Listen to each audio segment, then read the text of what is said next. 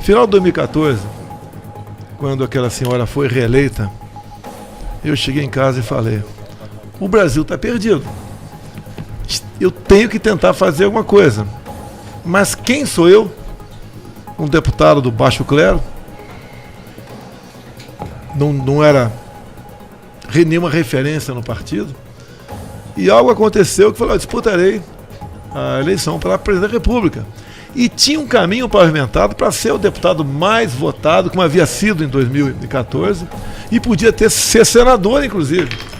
Mas o que eu falei? Eu estou pensando em mim. Tá? E tinha, naquele tempo, uma filha de poucos anos de idade, a 0,5, né, depois de 4 homens. E comecei a andar pelo Brasil, com o apoio de um amigo aqui, outro lá. Quem me ajudou muito foi o Alex Ceará, lá do Ceará, obviamente. Eu chamo ele de Cabeção, né? Carinhosamente. Com todo respeito. Com né? todo respeito. Realmente. Tá? E as coisas foram andando. A aceitação pelo Brasil, nunca tive a imprensa do meu lado. Chegou 2018, aquela tentativa de assassinato, né? A esquerda dele, quando fala, é fake. Pô, tu acha que eu enganei todo mundo da Santa Casa lá de Juiz de Fora? Todo Einstein, hospital daqui? Pelo amor de Deus, perdi 15 quilos. Logicamente, o que alguns achavam? Que eu existia. Tá? Não, no dia da facada, inclusive, com certeza, ele ia dar uma facada no Carlos ali. O que queria com aquilo? Ver um filho assassinado, você largar a mão. Então tudo aconteceu. Os médicos da Santa Casa sempre disseram, quase todos que eu conversei, uma facada igual aquela, cada 100, um sobrevive. Mais do que a perícia deles, que eu reconheço, dos enfermeiros, a mão de Deus. Uma eleição, que eu quero contar depois da nossa vitória do dia 30, se Deus quiser, contar com detalhes para vocês. Eu não posso ficar com essa verdade comigo. Me interessa contar a verdade, documentado. E tivemos depois escolher o ministério. Eu cheguei, não tinha ministério, tinha só o Paulo Guedes. E acabou chegando gente, chegou o Tarcísio, chega outro, etc. Ver a vida pregressa das pessoas, seu currículo, etc. E formamos o ministério. Trabalhamos em 2019, um Brasil acabado, com certos problemas éticos, morais e econômicos. Resolvemos pandemia.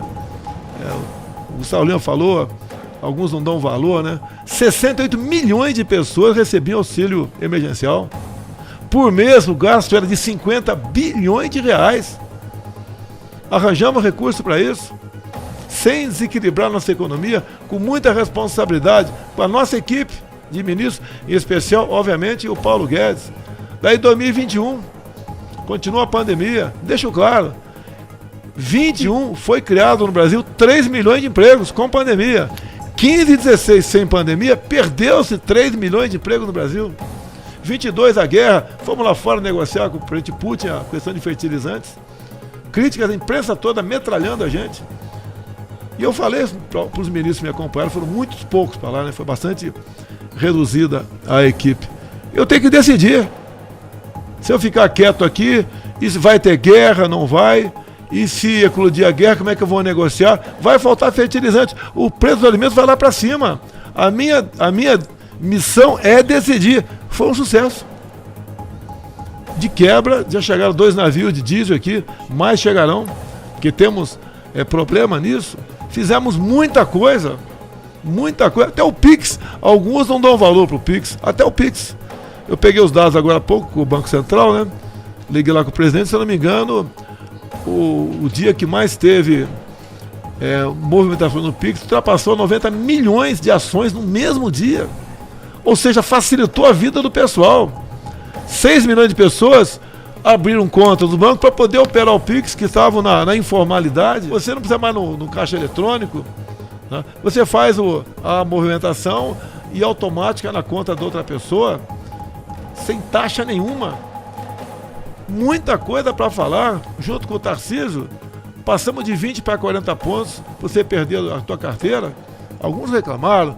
Vai ser caminhoneiro, vai ser motorista de táxi, de Uber, né, de van, qualquer bobeada você leva um flash ali e somou 21 pontos, perdeu sua carteira. dobramos, majoramos a validade da carteira de 5 para 10 anos, acabamos com o simulador para tirar a carteira de habilitação, reduzimos em mais de 80% o número de radares pelo Brasil. O Tarcísio aqui não é promessa, eu tenho conversado com ele, ele sabe que é um absurdo o número de pardais aqui em São Paulo, vai reduzir isso também. É empresa, né? A culpa não é da empresa, é do poder público que faz negócio, e não vou entrar em detalhes aqui. Muitas medidas para facilitar a vida das pessoas. Somos o 7º país mais digitalizado do mundo. Isso abre um mercado de trabalho enorme para a garotada. Investimos até no gamers, zeramos os impostos de gamers, que hoje virou carteira de trabalho. Alguns não dão bola para isso, mas é uma realidade que está aí. O Brasil que se abre para o mundo. Todo mundo quer fazer negócio conosco, porque também eles não querem ficar dependentes de um outro país. Você não pode, como o próprio americano diz, né? Na época era o Trump, a questão de depender de IFAs, né? E outras coisas, só a China tinha, você fica refém de um país. Temos que investir em tudo aqui nesse país. E a Amazônia é nossa, não tem que dividir a biodiversidade da Amazônia com ninguém. O mais importante também, o que está em jogo? Eu costumo dizer, se você vai perdendo as coisas, seus bens materiais da sua vida, lá na frente, se você tiver liberdade, você vai recuperá-los. Se não tiver, você vai ficar um dependente do Estado. Vai depender de migalhas do Estado a vida toda. E as migalhas vão diminuindo cada vez mais, porque se a economia não roda, não tem entrada de receita. Eu tenho falado para o pessoal o aposentado rural, por exemplo, são alguns milhões pelo Brasil. Se faltar, se a economia não funcionar, não vai ter dinheiro para pagar vocês. Nós temos que ter a economia funcionando para você receber a tua aposentadoria rural. O outro lado, ao longo de 14 anos, só na Petrobras enterrou 900 bilhões de reais. O dobro do valor da Petrobras. Os caras roubaram o dobro do valor da Petrobras. A mesma coisa é BNDES, 400 bilhões de reais. Caixa Econômica, 45 bilhões. A continuar aquele governo lá atrás, se não fosse o impeachment, hoje estaríamos todo mundo aqui na miséria. Como está o povo da Venezuela, pisando em cima do solo mais rico do mundo em petróleo e vivendo numa situação de pobreza abaixo do Haiti. Então, qual é a escolha de vocês?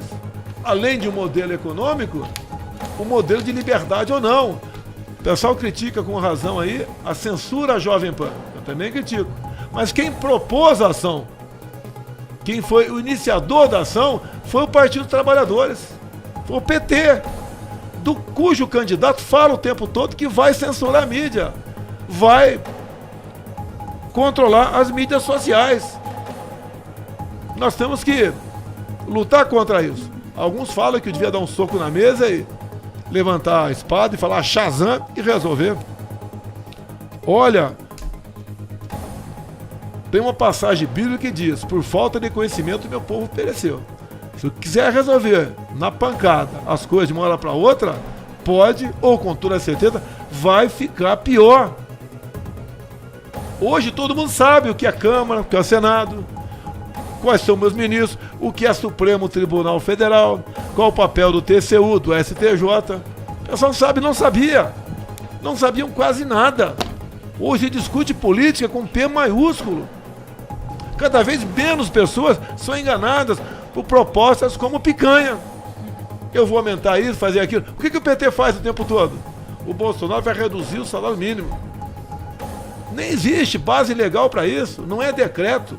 Passaria pelo parlamento, jamais um deputado votaria para reduzir isso aí. E tem gente que acredita. Ele vai reduzir o valor do BPC, vai tirar direito do trabalhador. Se o PT não mentir, vai fazer o quê? Por que o PT não fala o que fez ao longo de 14 anos?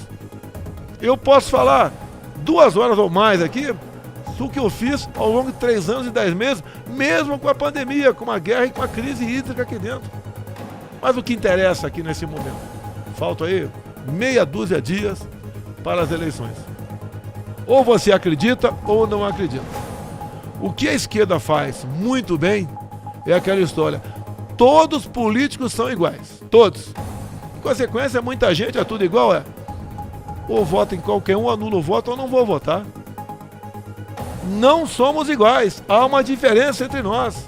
E tem muito político bom pelo Brasil.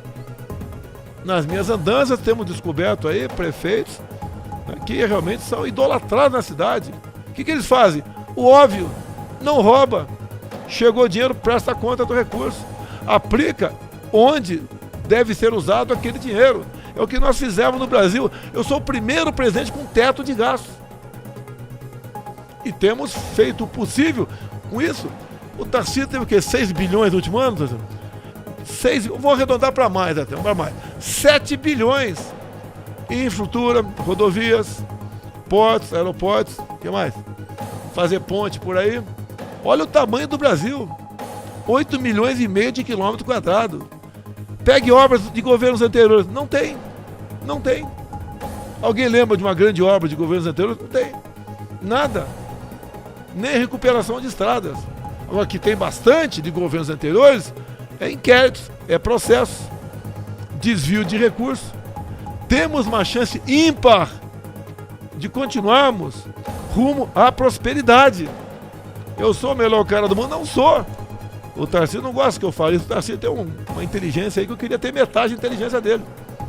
Não tem, ele é uma pessoa realmente privilegiada, além de botar a cabeça para funcionar. Tem gente que é inteligente e é preguiçoso. Aí vai acabar usando a inteligência para o mal. Então, nós temos uma chance ímpar de mudar o Brasil. Você pode ver, 10 ministros meus foram disputar as eleições. 10. 9 eu permiti que indicasse os seus respectivos substitutos. Um eu indiquei porque era chamado ministro Palaciano, ali do meu lado. Obtiveram sucesso aí fora. E a indicação deles, continuaram fazendo o trabalho deles sem problemas. Pessoas completamente desconhecidas, que estão fazendo um trabalho muito bom, muito melhor, ou nem se compara, com os que nos antecederam. Querem voltar à política antigamente? Alguém sabe um nome de um possível ministro do governo do Lula? Alguém sabe um nome? Nem o da economia ele fala. Nem da economia ele fala. Que fez com que o Henrique Meirelles desse uma entrevista, eu acho que foi no Poder 360, criticando isso. E diz que há uma divisão muito grande dentro do PT. Não é divisão, não. Há facções dentro do PT.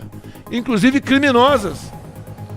Que alguns acham que a equipe, segundo o Meirelles, a melhor equipe econômica é a da linha da Dilma Rousseff. Da linha lá do primeiro-ministro, tá? Que o Lula teve, foi a corrupção, a segunda incompetência. Então é hora de decidir. Eu apelo a vocês, decidam, não deixe de votar, não deixe levar o vovô, o bisavô a votar. Os mais jovens estiver na fila, a gente sabe que é a preferência dos idosos, mas leve o idoso para frente da fila. Esse pessoal que vai votar, que vai dar o melhor voto, porque eles viveram a história toda. A hora é de decidir. O PT. Vamos trabalhar, já tivemos a virada e vamos agora para ter a certeza de uma vitória retumbante em cima desse passado, desse dinossauro, tá, que ocupou aí a presidência da República durante 14 anos. Muito obrigado a todos.